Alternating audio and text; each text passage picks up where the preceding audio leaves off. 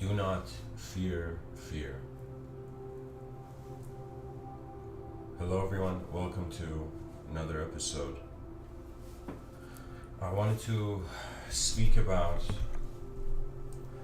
how kindness is an invisible state of mind and how we have built civilization based on one side of the coin of our intelligence.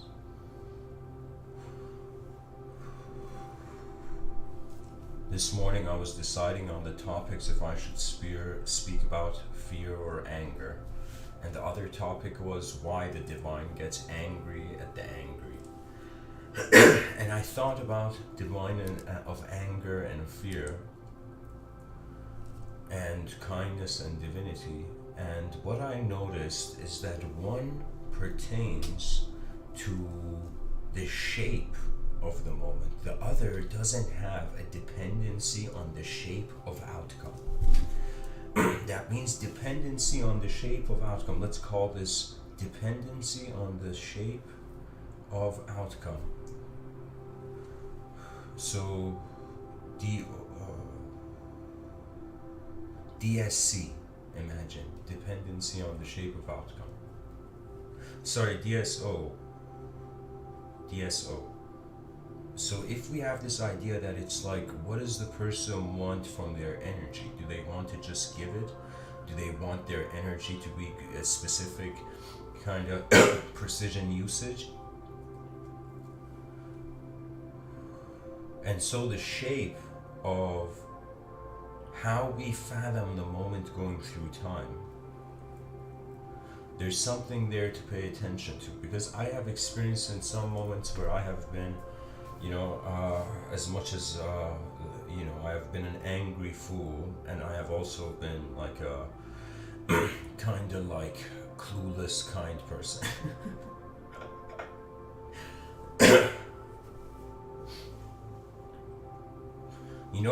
Kindness is strange. Kindness, it's like a bunker for the heart in the battlefield of the rational and the irrational. But anyways, this point that when one is kind, they are not obsessed about, they're not obsessively dependent on the shape of the outcome. That means ever since hearing this quote, I can't tell you this quote from Rumi, it changed my life. It literally changed my character, I will tell you. He says, before death takes away all that is given, give away all there is to give. And it's like this notion that what are we here for? Why are we here? For what? These are big questions. And kindness means we are energetic containers, and we are smart enough that before we get dismissed into the void, we serve the civilization. Rabindranath Tagore says, I slept and dreamt that life was joy. What does that mean? He was born into a world, and as a child he's like, fun, that's all I want. And he ran towards the fun. He ran towards joy. I slept and dreamt that life was joy. That means if you think this planet is only here just to be joyous, it's as if you have it's like a person going to an office and thinking like they're there to enjoy the office, like when they're drinking beer at the bar, like completely different domain.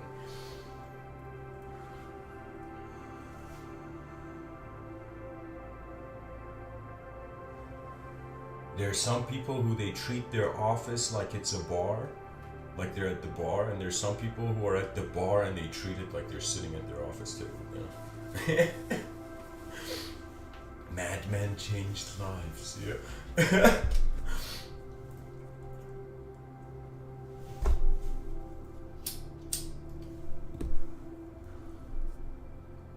Kindness is the shield of the soul.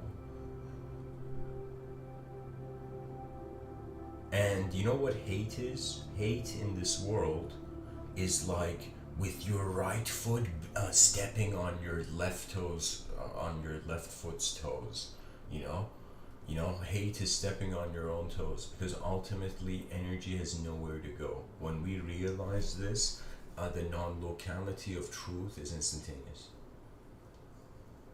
That means as instantaneously one can localize, they can non-localize. That means, I saw a cup of coffee, there was coffee in it, then I slammed that cup of coffee to the ground, then the coffee was non-local. You know, but it's an extreme example. But anyways, I slept and dreamt that life was joy. I awoke and saw that life was service. I acted, and behold, service was joy. Kindness is like the attitude of a selfless servant of the living universe. And it's an invisible space, an invisible state of mind. That means it's strange when the person is not being anything, they can be anything. But when the person has to be something, the world has to be something. There was this story. There was this person, and it was during a storm. This storm takes place, and this person who was very, let's say, religious, very behaviorally religious. In one night, I forgot to say the important detail of the story. The story starts with a widow and this religious widow. And this religious widow constantly is saying, God, come and visit me. Come and visit me. Okay, think of this as an old story. Old story, or not actually old story, but just think of it as a story, okay? And this widow wants God to come and visit her home, right? And she dreams, and in a dream she sees this bright light, and the bright light says, I will come and visit you. I will come, prepare yourself, tomorrow I'll come and visit. And so what happens is that she becomes so happy. She becomes, oh my God, a divine message, like this is 100% some sort of Jungian synchronicity or something. She starts making, what do you call it? She starts cleaning the house and all of this, preparing. God is coming to her home, And what happens is, as the day is happening, going by, she's cleaned the house and she's waiting. And the door knocks, and it's this guy who in some sense needs to make a phone call or something, imagine. And the widow's like, get out of here, I don't have time for this, God is coming. God is coming to see me. And the guy can't, in some sense, he can't fix his problem, Then, the door knocks, and it's like this little beggar kid, This little beggar boy is like, help me, I'm hungry or something. And the woman's like, get out of here, kid, God's coming. You can't be in the stairs when God is coming to see me, And so the kid is like, the hungry child goes.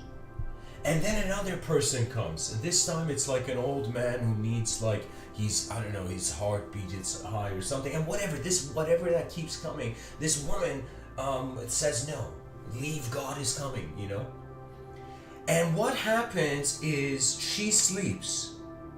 God doesn't come. She sleeps, and in her dream, the light comes, and she says to the voice, in some sense, she says, God, I cleaned the house, I did everything. The house was beautiful, why didn't you come? You said you were going to come. And the voice of God comes. That light in the dream speaks. And the light in the dream says, I came 3 times. You didn't notice? I came 3 times. 3 times out of nowhere, an intelligent event took place to your moment. And you did not see. You see, that's kind of like the moral of the story, that it's like, I could have shared a better version of the story, to be honest, but anyways, I think this will do.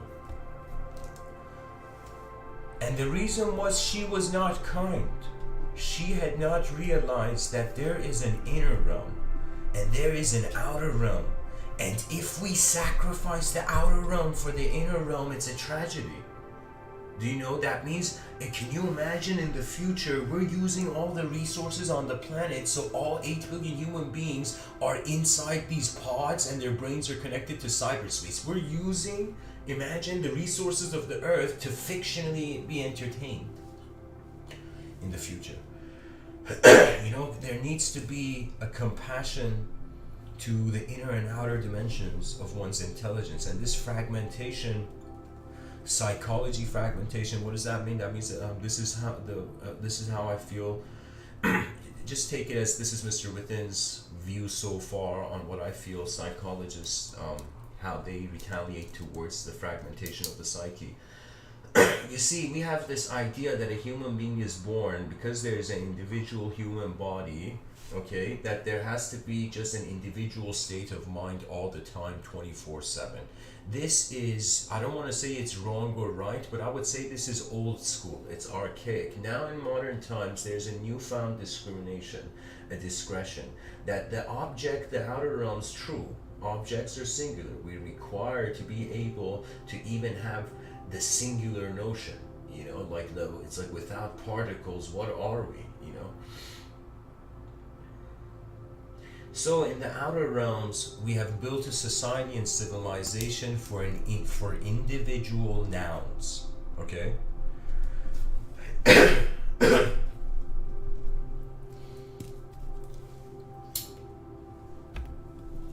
But the mind is not an individual noun. The mind functions as a multi-dimensional verb. And this is where the error in society is happening, where it's that society's is not big enough. That means that for the first time, the inner realms of 8 billion human beings has surpassed how their outer realms is meeting up to it. Now, what happens to the being? If the person identifies more as a mind, you're gonna feel hopeless. It's hard being a mind in the void. I don't know how many people can do this truly.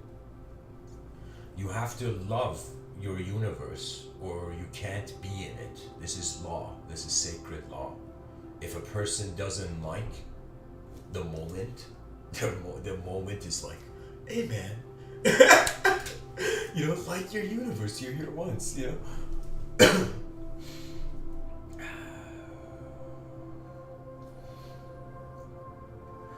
The inner realms, it's a multidimensional verb, and the reason it's a multidimensional verb is because it's like what we call memory is a database of incomplete moments, or moments that they were going a certain direction. That means it's like, imagine from let's say from 1 p.m. to 2 p.m. the person was, let's say, sitting inside a bus, okay? And because they were sitting inside a bus, they were identifying with the archetype of a citizen in society sitting on a bus. The moment the person goes out of the bus, and let's say in 2 p.m. they're at their work,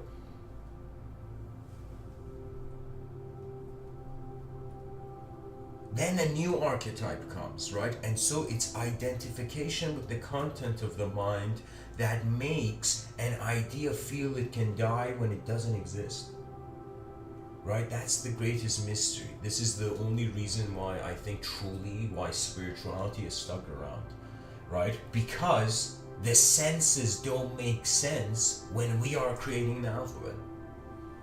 It's our meaning. So human beings, like in the future, in the next 100, 200 years, we're going to be ushered into an era of such advanced communication where we're like, okay, how many backflips can we do in the air? Okay, we did that, you know, now the physical advancement is going back to the mind's advancement. And when the mind flies, the pilots of the soul arrive.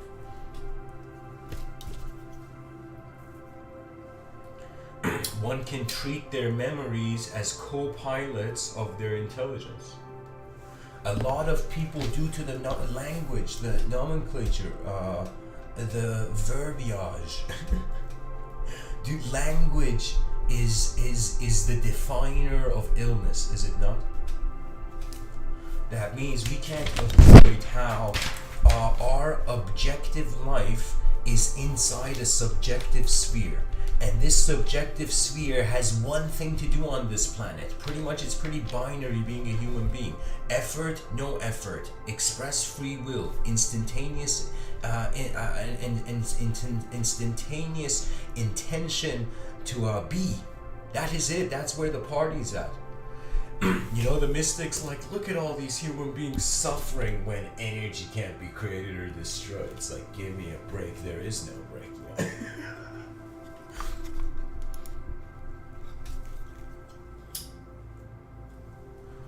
The mind is like a film library, and our memories are films.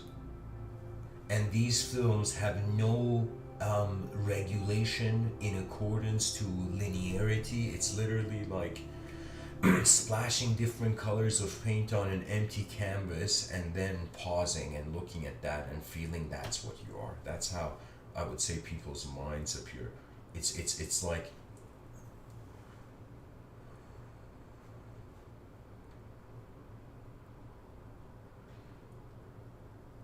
the mind being like a multidimensional verb is a suggestion that the body has no meaning. It is like the letters of the alphabet, the biological body. You know, they have no meaning on their own. They're just sounds. They're just symbols. But the mind is like the word. It's like meaningless elements united under the banner of vision.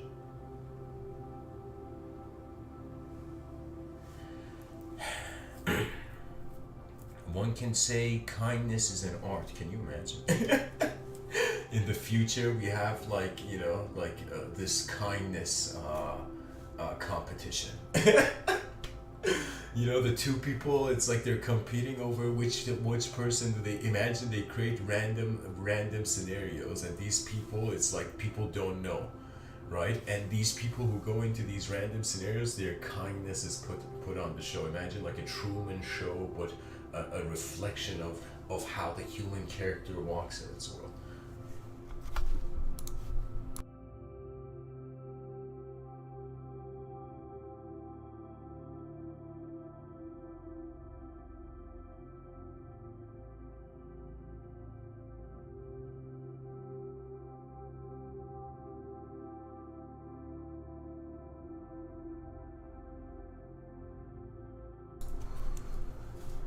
And I'm telling you, in front of your eyes, you're an object. Behind your eyes, you think you're a subject, because that's how far in the outer realms we can identify.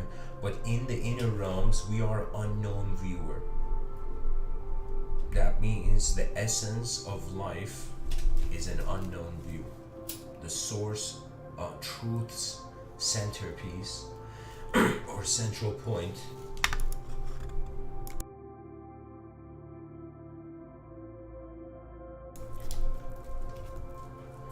it's like the paint used by the brush can never be the brush, but the brush is moving it.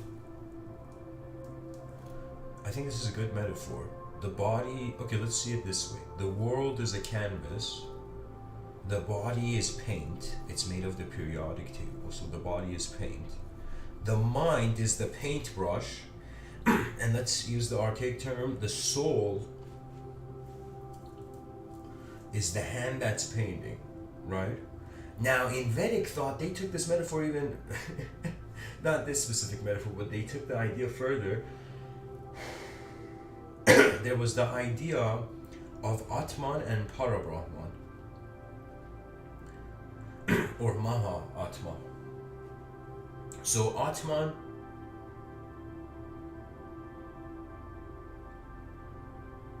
not Maha Atma, Maha Atman. But what it means is the individual soul and the collective soul. The collective soul is the soul of the universe, imagine. And the individual soul is like a soul of the universe that's aware of its fragment.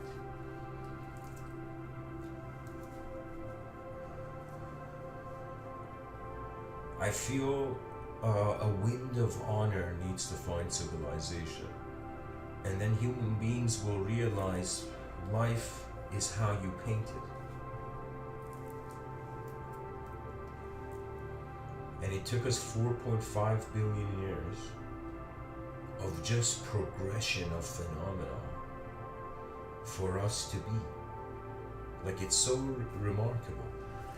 Sometimes from a philosophical angle, I think, what if I so easily look at this world and I'm like, yeah, I'm temporary, this is a finite life.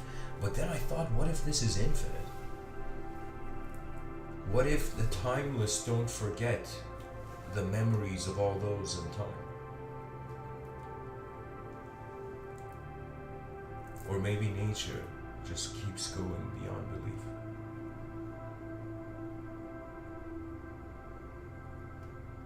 It's like, what's the biggest surprise? How everything is here.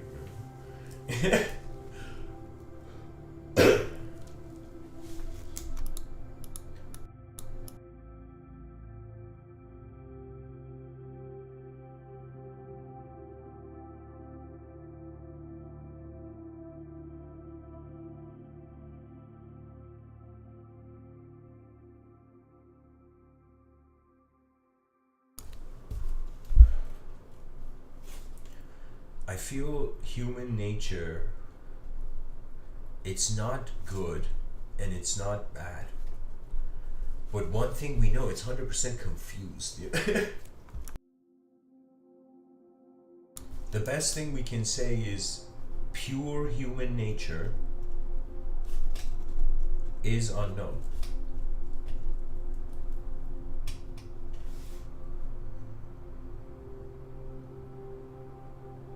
Impure human nature, let's say it's known. There were some yogis that were so intense that they went into samadhi, not because that was a path to truth, because they could, their intelligence couldn't remain in this individualism that long. Like, it makes no sense. You know, that means this room is not for everyone. It's like being incarnate from a Vedic standpoint is, as I would say personally, in a modern emotional translation would be, it's as if everybody alive right now, we're scuba divers. We're like astronauts in space. We are not in our home. We are outside of our home. That means the mind is wearing a suit. Tony Stark wore an Iron Man suit, the soul is wearing a mind, and the mind is wearing a body. And it's like, imagine your Iron Man suit, you inside an Iron Man suit, and then that Iron Man suit wears another Iron Man suit. It's like, nobody thought Iron Man's gonna get another Iron Iron Man squared. You know, that Iron Man squared would be some next level Iron Man, you know?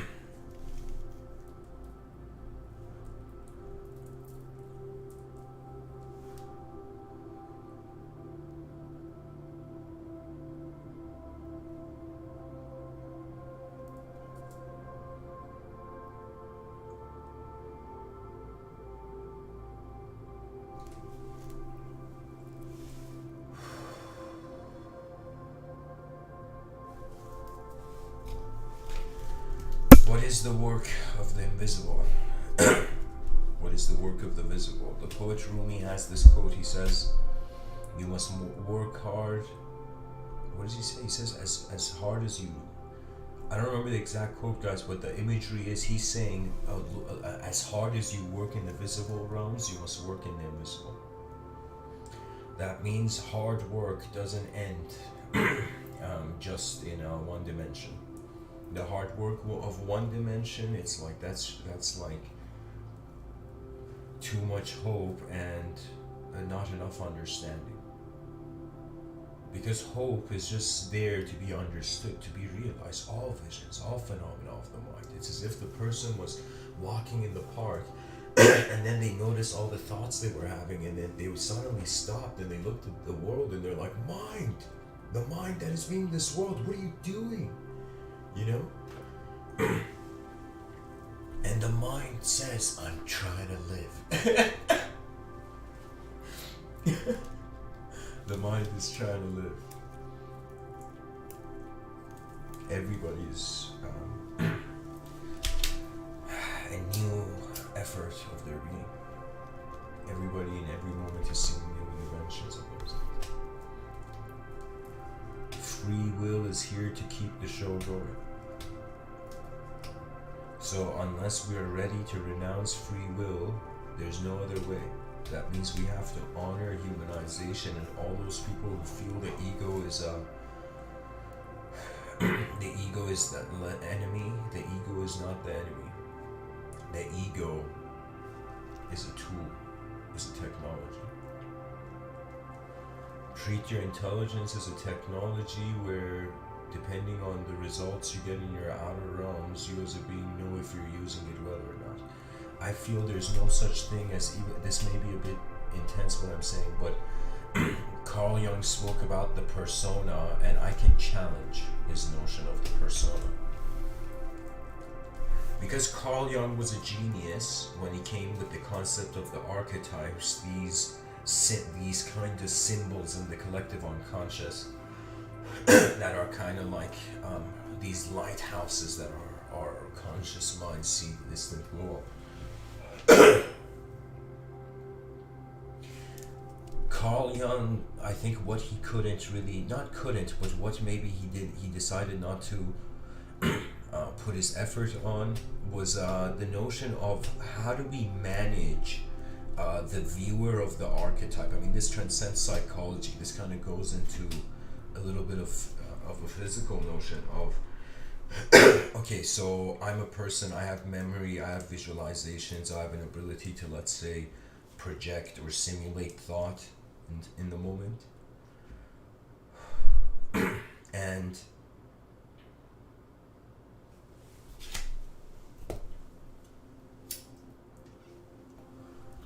pretty much, what am I if I am not this imagery, or what would be the management? So Carl Jung was like, okay, there's all these different archetypes, all these different angles to look at the realm. You know, an angle to look at the realm where in some sense you're it's honestly where attention goes. We're like a cat chasing a laser beam pointer on the ground.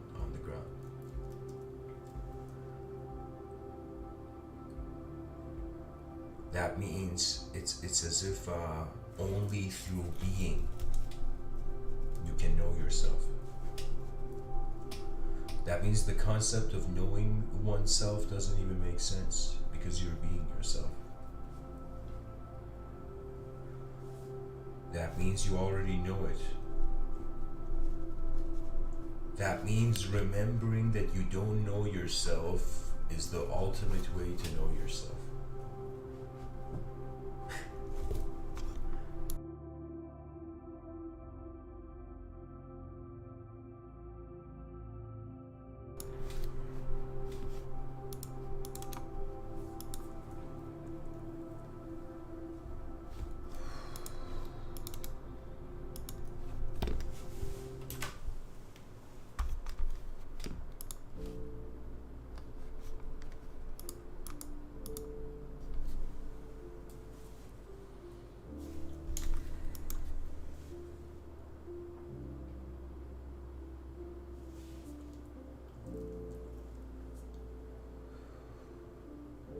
If we were to consider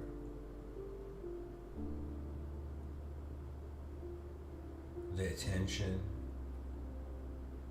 as, again, through the pilot's view, that means your body, your eyes are like the front windows of an airplane. And so there's an experience of inside the airplane and all the passengers, the crew members, and all of this, and there's an experience of outside of the airplane. Right? And so the airplane, in order to be able to fly, requires one thing. The pilot needs to know where the destination is before entering the flight. And the second thing is elevations. The person has to have an ability to experience different elevations in life and to pass through the moment without the moment touching them. What that means is, there was a saying, I think this was in some sutra, some Buddhic sutra, where they said the Buddha passes through the grassland without moving a single grass. That means in your inner realms, your body is not you. Because your body is not you, your body has found an end, just like how our heart happens involuntarily, an involuntary trust with the realm. That involuntary trust, most people think like that's spirituality. New Age community has taken that for spirituality. But the mystics realize that this realm is very strange, because at first when you're born in it, it's like a book. The truth is like written somewhere. We gotta find truth, search for truth. But then you realize, wait a minute, at the end of the last chapter of the book, there's just blank pieces of paper, and it's become a notebook. And when life becomes a notebook, that's when your mind's life activates. And when I say when life becomes a notebook, it means 100% unknown in the outer realms, and in the inner realms, it is that unknown. That means when they think of it as if, so I'm this person in history saying, like, you have inner realms and outer realms. In the inner realms, okay, let me draw this first.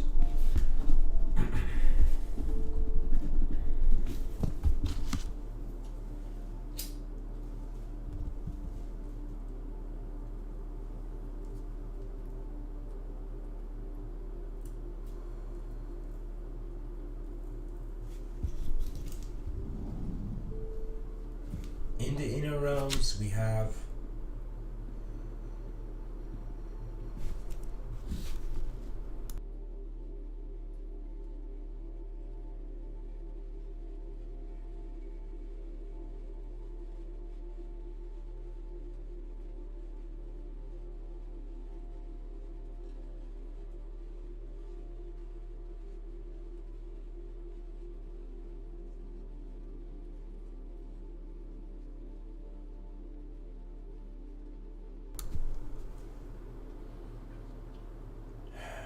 excuse me. The inner realm, outer realm. One option, the outer realm, we know what's going on. In the inner realm, we know what's going on. One option is in the outer realm, we know what's going on. In the inner realm, we don't know what's going on. The other option is that in the outer realms, we don't know what's going on. In the inner realms, we know what is going on.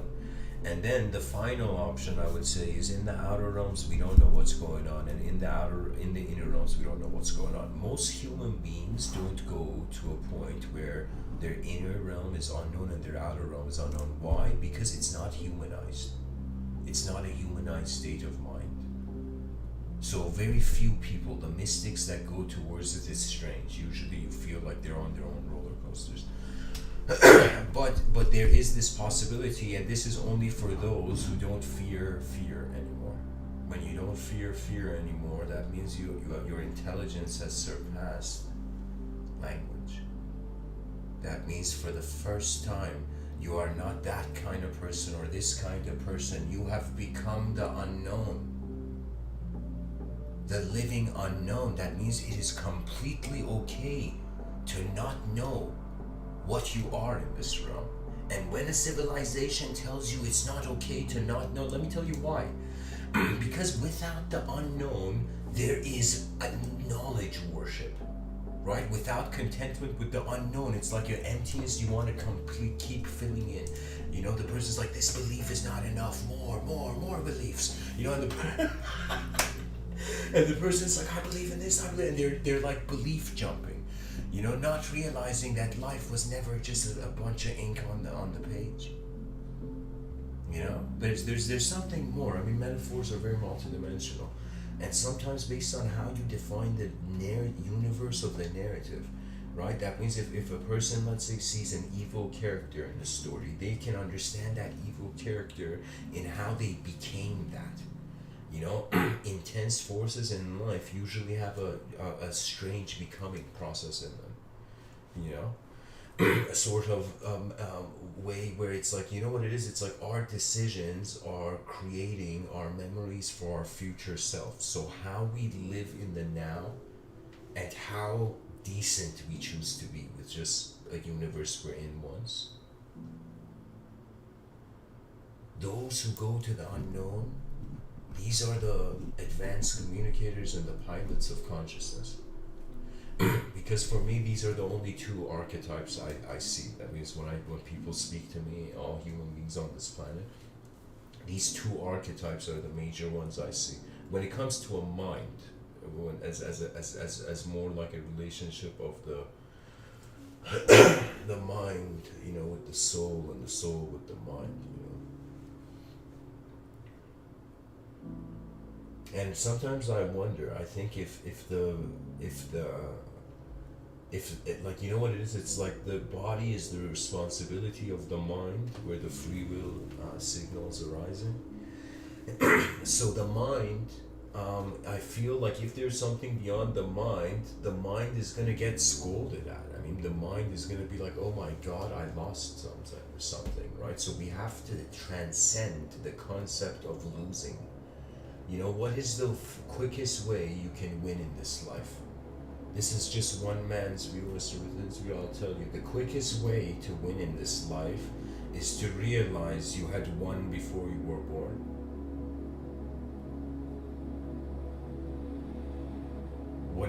What I mean by that is not that you let the desire pilot.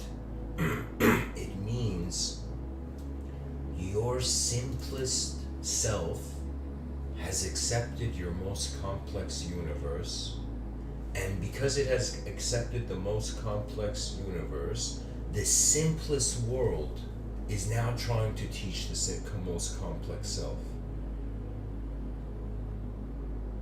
I feel the more simpler the outer realms is, the more the inner realms can become complex. The more simpler the inner realms are, the more outer realms can fascinate you.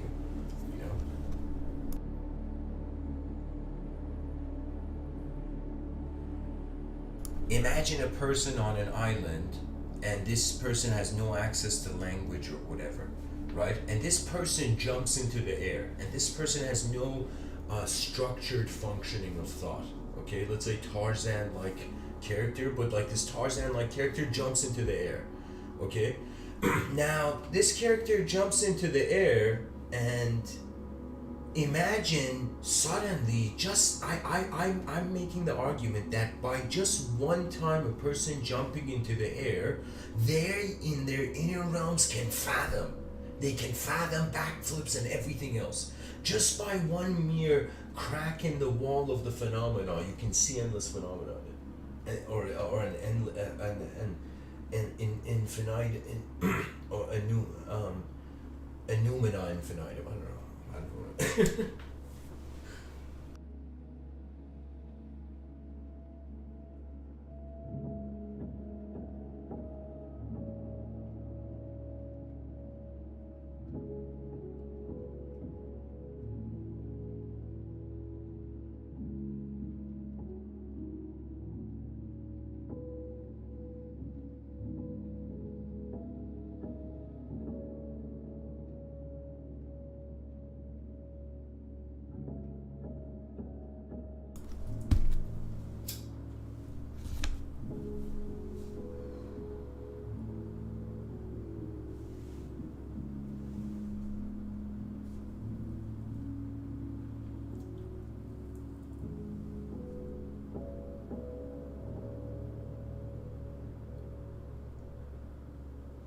Our body is here to serve our mind is here to serve the body. If the mind is collective, it means all individual bodies need to serve the mind of the species. If the minds are individual, then still it makes sense to see what the collective looks like. That means from a selfish angle, it makes sense to build an advanced civilization, and from a selfless angle, it makes sense to build an advanced civilization.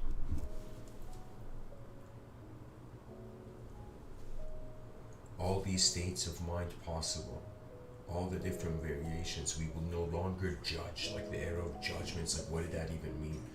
To judge, it's as if it's all the database. We all archive all findings, all ways that human psychology has happened. Nobody is anything in a changing world, really, ever. They're always changing. I mean, in what spectrum, what points of reference do we use to stabilize an identity? A person can compare themselves to when they were like who they were yesterday, the day before that, years before that, It just keeps going.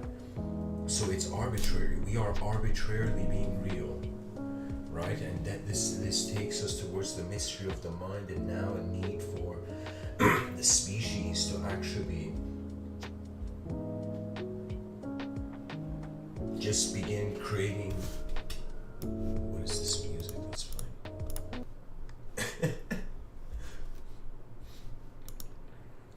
Okay.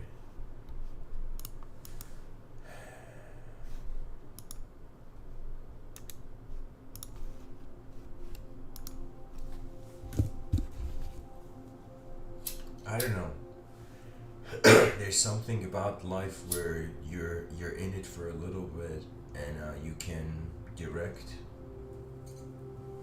and control, your energy. And this energy just goes for the self. It's as if candles in their own rooms. And it's like, what would the glow of 8 billion candles look like when placed beside one another? I mean, there's something there.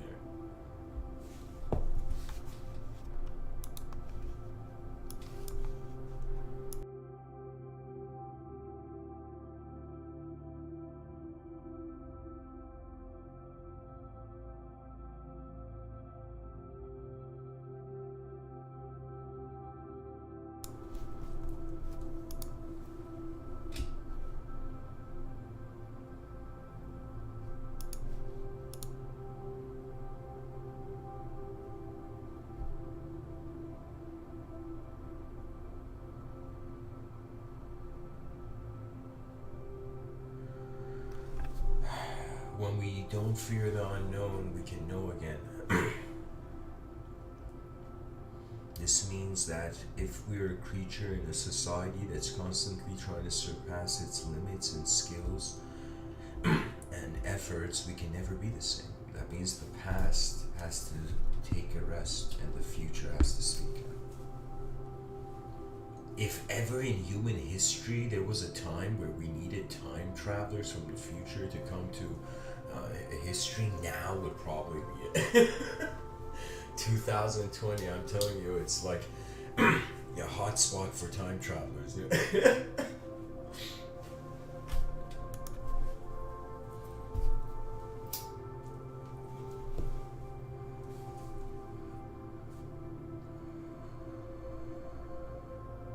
Can you imagine they ask a time traveler, why do you make a time machine? And the person's like, I'm just tired of this world, man. I just want to go see what the end of the future is and relax. Yeah.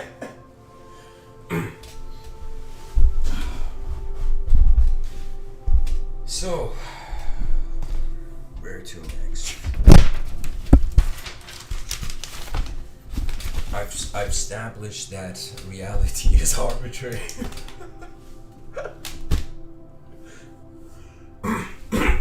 Reality has to some degree an arbitrary force. That means that's the beauty, and that's the art, like the art in law, for example, or in systems with rules in it in order for them to govern properly, to function properly. It's like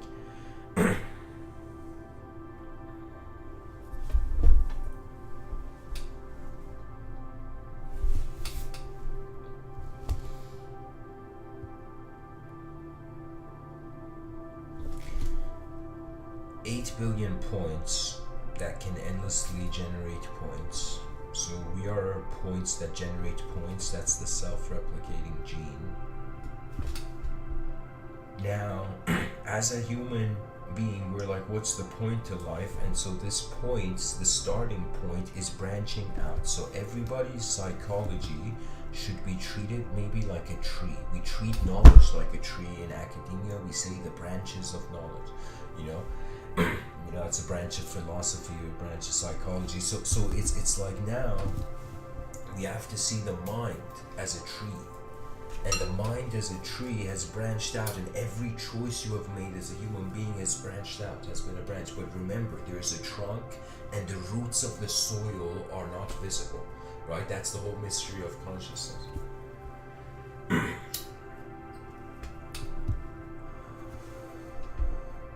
I mean, technically, every time we look at a photo from the past, we're a time traveler. I mean, a philosopher can make that argument, but sorry, Quentin, I saw your comment in the chat section, and you say, I think time travelers are indeed a fact.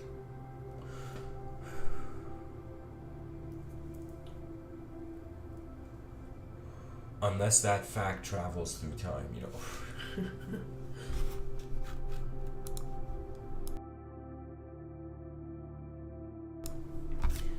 I feel maybe the most advanced experience of all these points that are creating more points is human beings.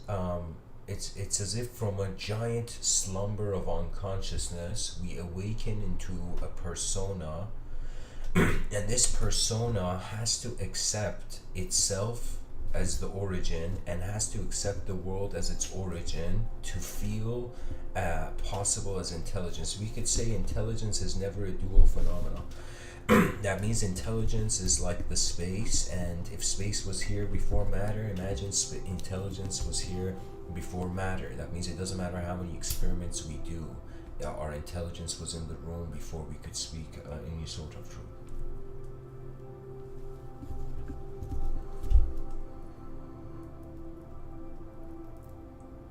I have said in other talks that the body can be pinpointed in time.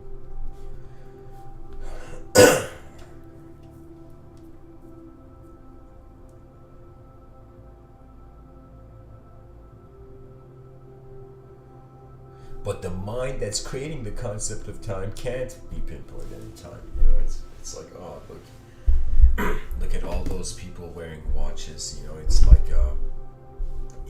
young children wearing like Halloween costumes. You know, it's like remembering your childhood. I remember one Halloween when I was a kid, I went as like, what was it? I think I went as a Wolverine. But anyways.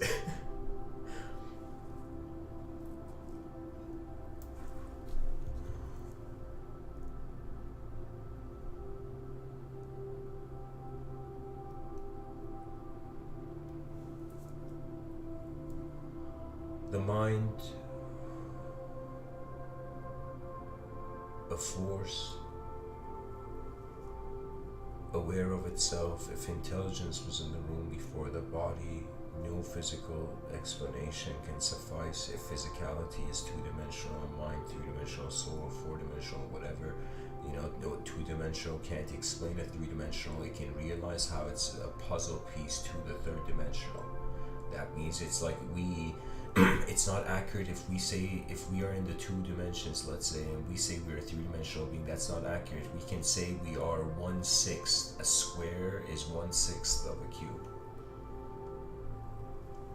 So we are 1/6 of the third dimension as the second dimension. And these are just for metaphor. I could have said 4, 5, 6, but I'm saying that's the thing, right?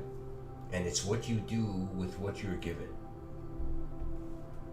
I don't know what else people do. What purpose can you have in life? You have something. You have some energy, some being you are, and then that just gets pointed, gets directed. And then if you don't move as a self, the world will move yourself.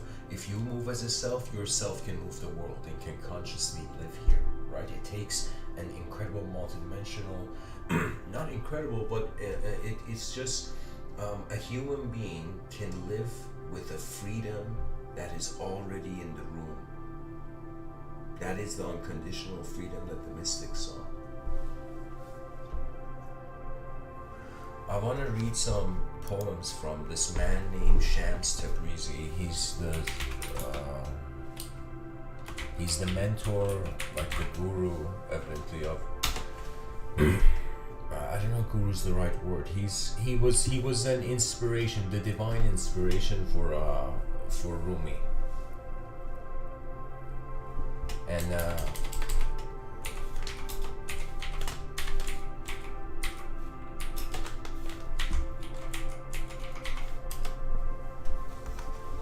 okay, there we go.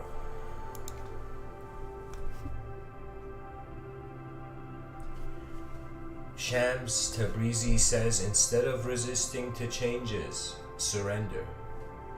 Let life be with you, not against you. If you think my life will be upside down, don't worry. How do you know down is not better than upside?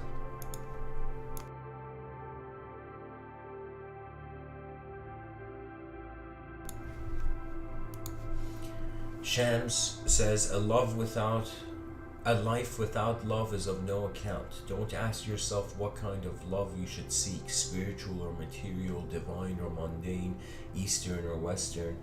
Divisions only lead to more divisions. Love has no labels, no definitions. It is what it is, pure and simple. Love is the water of life, and a lover is a soul of fire. The universe turns differently when fire loves water.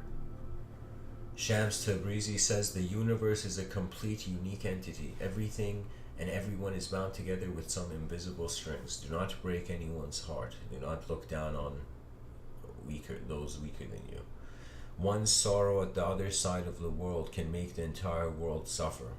One's happiness can make the entire world smile. And it says, do not look down on weaker than you. Anyways.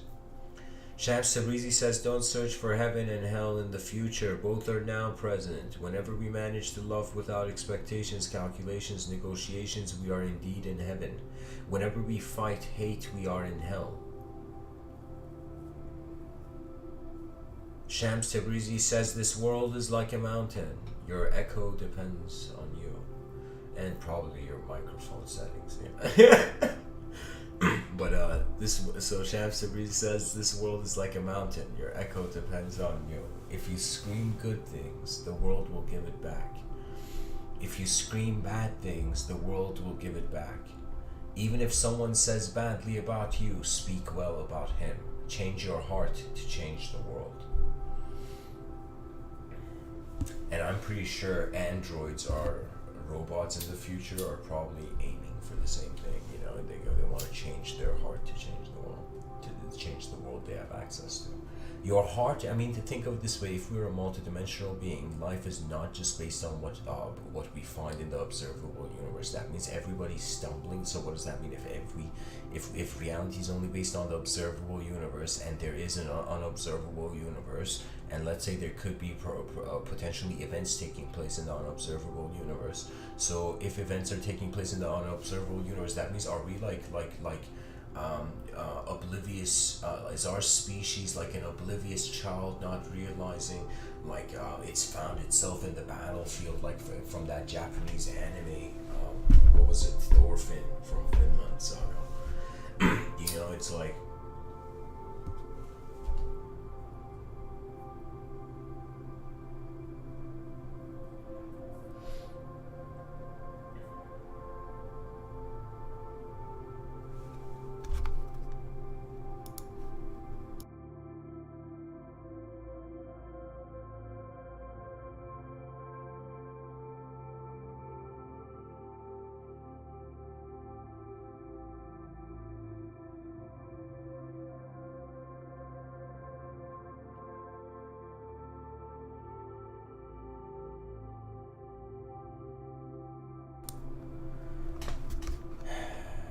to continue. Shams Tabrizi says, a good man complains of no one. He does not look to faults. Shams Tabrizi says, most of conflicts and tensions are due to language. Don't pay so much attention to the words. In love's country, language doesn't have its place. Love's mute. Shams Tabrizi says, don't judge the way other people connect to God. To each his own way and his own prayer. God does not take us at our word. He looks deep into our hearts. It is not the ceremonies or rituals that make a difference, but whether our hearts are sufficiently pure or not. By the way, guys, Shams, this what I'm reading for you is from like 700 years ago, I think. It's words that have lingered from 700 years ago. Shams Tabrizi says, the summary of the advice of all prophets is this: find yourself a mirror.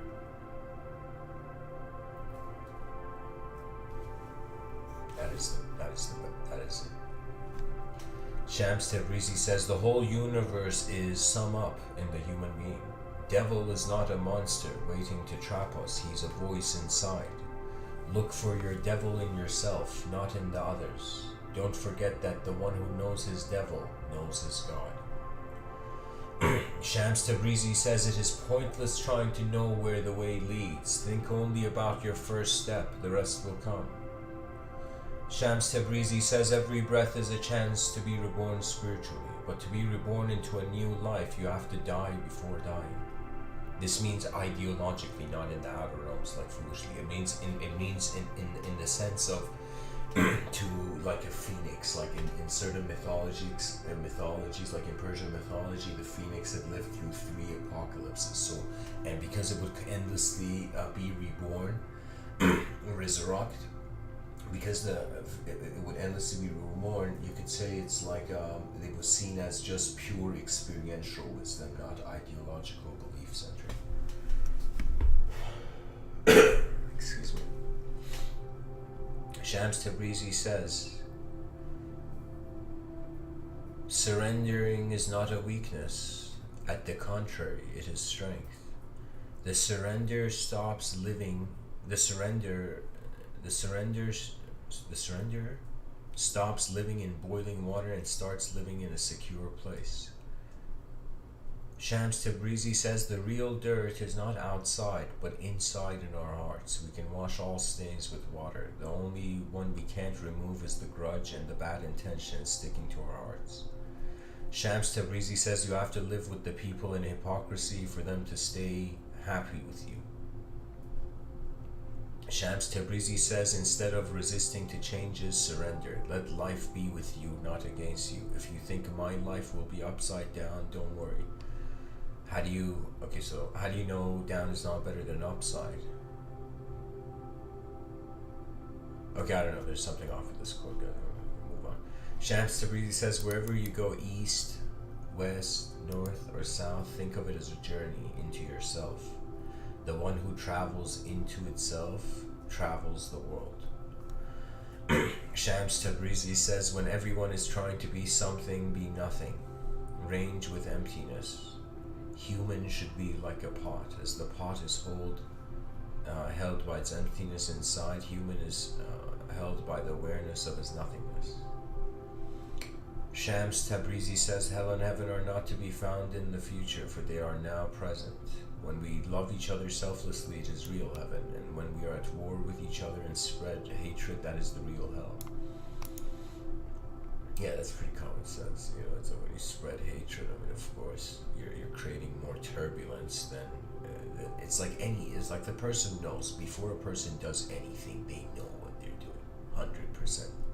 You know, even if they're unconscious, they know that they are unconsciously doing something. You know, there's a level of instantaneous knowing that I'm telling you, if a person finds this, you liberate yourself from having to be. You free your memories from you, and you free yourself from your memories.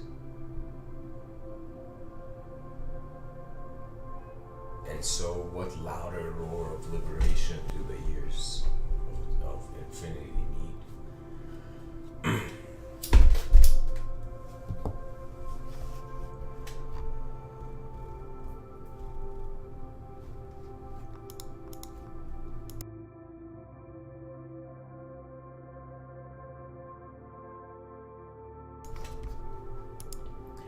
Shams Tabrizi says, no matter what people call you, you are just who you are. Keep to this truth. You must ask yourself, how is it you want to live your life? We live and we die. This is the truth that we can only face alone. No one can help us, so consider carefully what prevents you from living the way you want to live your life. And finally, Shams Tabrizi says, you will learn by reading, but you will understand with love. See, you gotta care for something to have access to actually fully observing it and then having understanding it. Because understanding is pretty much your effort in your brain's reinventionism of the accuracy of what is going on in the outer realms. We are every person is an incredibly advanced technology, and the reason I say advanced communicators, I even have shared this idea, is because we're the most advanced communication on this planet. We are the aliens on Earth to all the other species. I mean, just look at us, you know.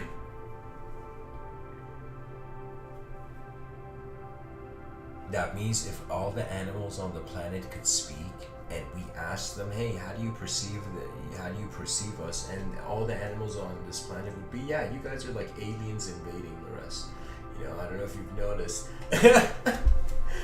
So it becomes like, you see, there's something different about the human effort. It seems to be the intervention of another. It's like if the divine intervention was not for man, the divine intervention was the connectivity of two dimensions. What that means is, imagine you have like a T, imagine the letter T, and imagine now this letter T, you have it's like the horizontal line is not connected to the vertical line, okay? Imagine a capital T, okay? And so it's suddenly as if the vertical line, imagine just going, rising, ascending, and suddenly intervening, making an intersection to another dimension. That means what is going on this planet, I would say, is that for some rare time, a dimension is visiting another dimension, and that is why our intelligence is animate. So a civilization is like the conversation of dimensions, a conversation between dimensions, Anyways, guys, this talk has definitely hit the language threshold.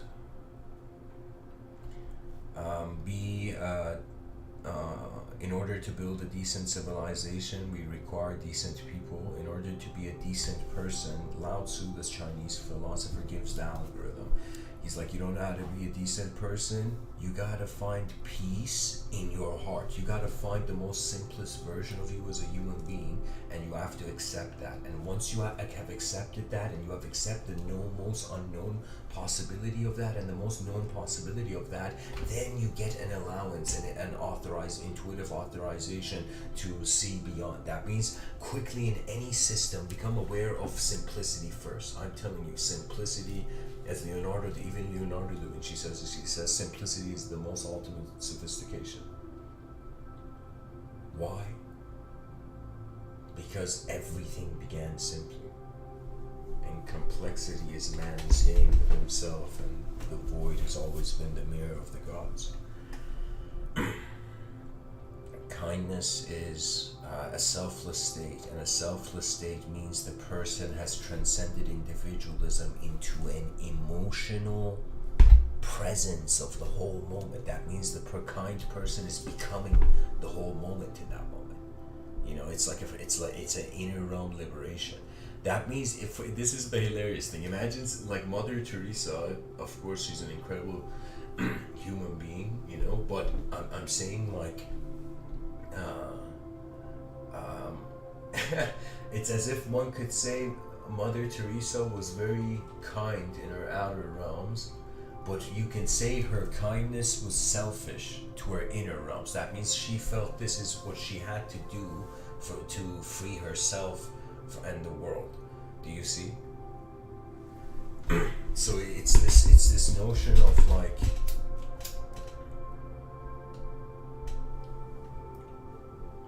civilization should just advance already. And in our inner realms, that is the first sky. The inner sky is the first sky. I'll make this argument. Yeah. I have this channel called the Man Who Drew on the Sky, and I'm gonna make this next level argument I think no one in history has ever made. And I'm gonna rewrite the value of the Wright brothers in history. The Wright brothers, imagine from a philosophical view, the Wright brothers actually saw the airplane in their minds flying in the sky.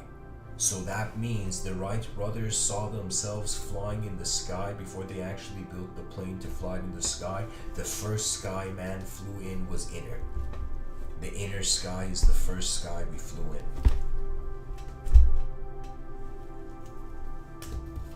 That means the Wright brothers flew in the inner, they were the first to fly in the inner sky and also the first to fly in the outer sky.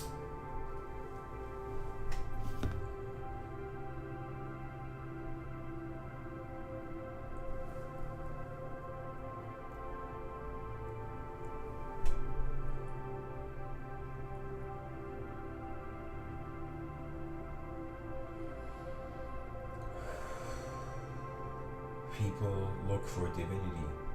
People try to be divine. People try to be true. And the whole time they're forgetting that you can't try something you're being. That means that's the simpler levels of the realm. Where the void, where chaos and order have become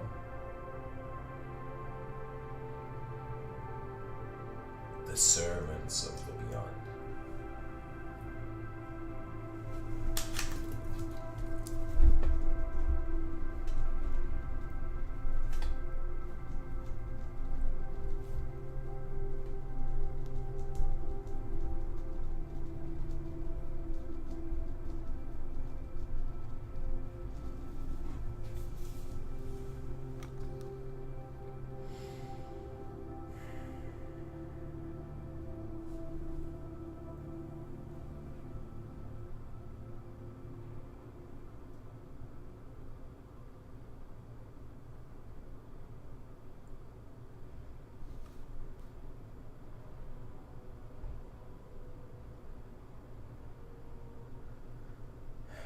Eight billion creatures on a rock in the middle of nowhere. This has become my mantra.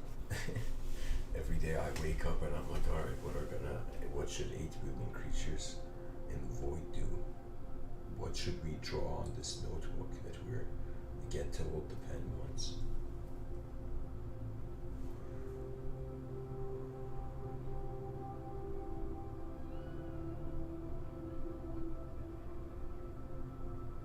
And you know what's cool? If the person sees a great world, everybody's great in it, you know?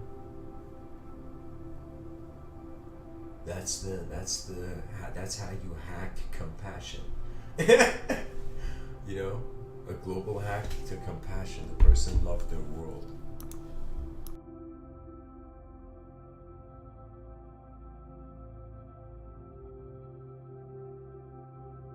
So by definition, they had to love everything in their world.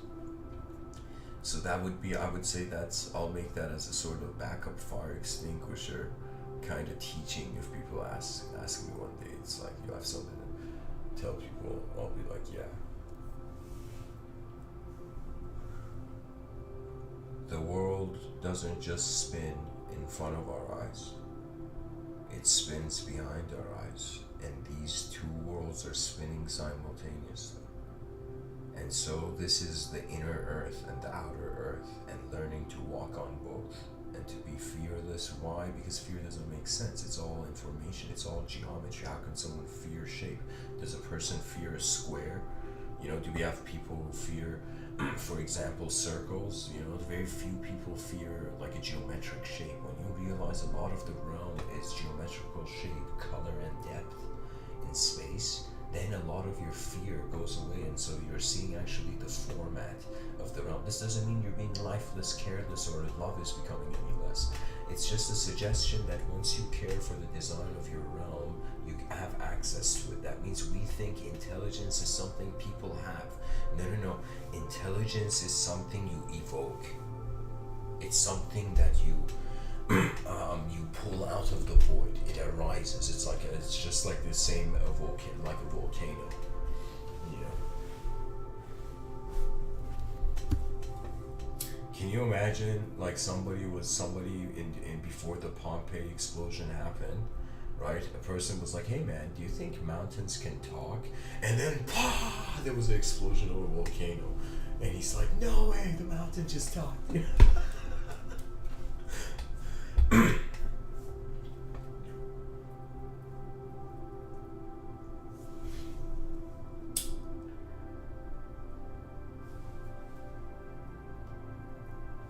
Nature is our ally. I feel people all around the world should have 3 dimensions where they should cultivate their intelligence in. It's as if make your physical existence how you're being an object and your ally. Make your body your ally. And then make your mind your ally. And the way the mind works is you serve it. Right? You gotta serve something, then you feel you deserve the inner expansion. If there's nothing done in the outer realms, the person may feel they don't deserve it, right? Because if you notice in the yogic psychology of just the person going into the cave and sitting in samadhi for, what was it? Some Tibetan Buddhists were known 3 months, 3 days. 3 years, 3 months, 3 days of like secluded meditation, isolated meditation, and it's as if like a person would say, "Why? Like, why is it?" And so the reason is because the person was attempting to, through the Buddhic framework, renouncing. That means Buddhism is such a magnificent. It's kind of like such a unique school of thought.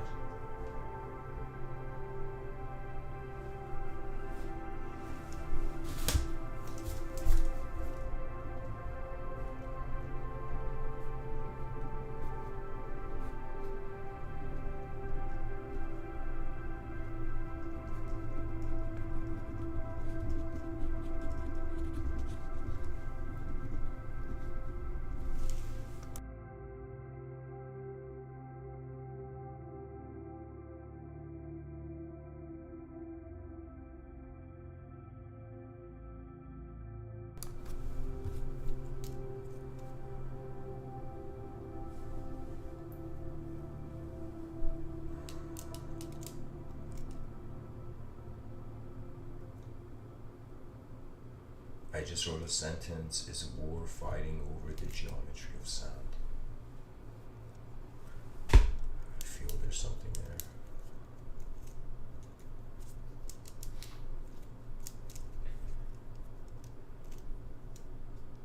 So if everybody is okay with their individual unknown, they're like, okay, I'm unknown, I don't know who I will be on this planet, so that's unknown.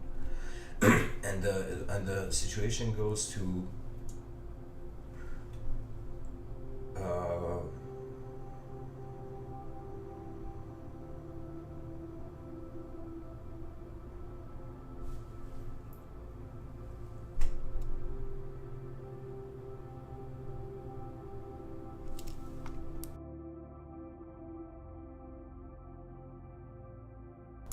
we know the individual unknown, we trust the individual unknown, we trust the collective unknown, then we trust the individually known, and because we've trusted all the other corners of the room, the only corner left is to trust the known world. The known world. The known individual, the known world, the unknown individual, the unknown world. The cube of salvation. Anyways, guys, thanks for listening. I hope this episode was helpful. Now.